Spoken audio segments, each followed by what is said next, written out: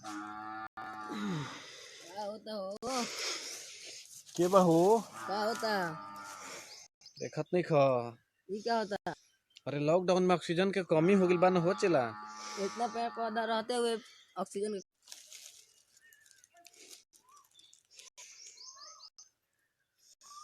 अभी तक ऑक्सीजन नहीं किया ले। अरे का करबो चला, दूर दूर तक पीपल के पेड़ नहीं खेलौकत, बरगद के पेड़ नहीं खेलौकत। घर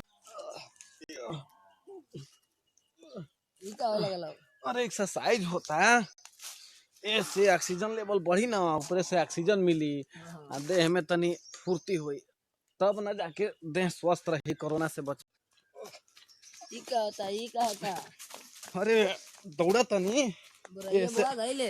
बरैया। हाँ अरे बाप रे, बरैया तो यादे ना पड़ल चला। जा। अब तब हमरा कैसे जाए के होई? पड़ता घरे। दलवा कैसे होई? बाप रे बाप, दलवा कैसे सुखाता? हई पेड़वा तो सुखाते बा, हमर देहियो सुखाता, देखत नहीं खा दुबराइल जाता नहीं। हां ये समझ कैसे? में नहीं आवत। मैं भारत में दुनिया में ऑक्सीजन के कमी हो गई बचेला। हमरो कमी ला। सबसे ज्यादा केला का पेड़ ऑक्सीजन देवला।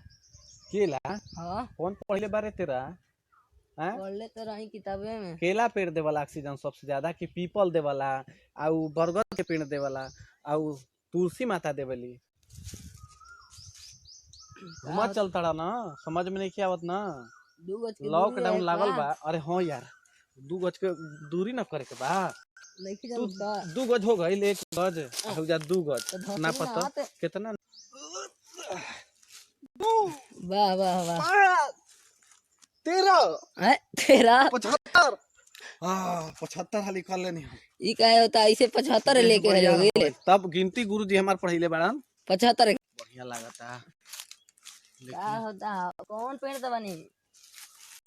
बरगद के पेड़ न ह, बरगद के पेड़ ह? बरगद के पेड़ ना ह। कहां बरगद के पेड़ बा? ई तो अच्छा ना यार, ई तो इमली के पेड़ ह। इमली के पेड़ ऑक्सीजन ज्यादा देवला। सही कहत चलवा।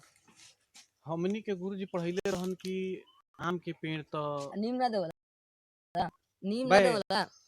ऑक्सीजन देवला बरगद के पेड़ आओ आ पीपल के पेड़ आ तुलसी माई पे देवली। यही चलते हमनी के अब लागत ऑक्सीजन ले लागल होई।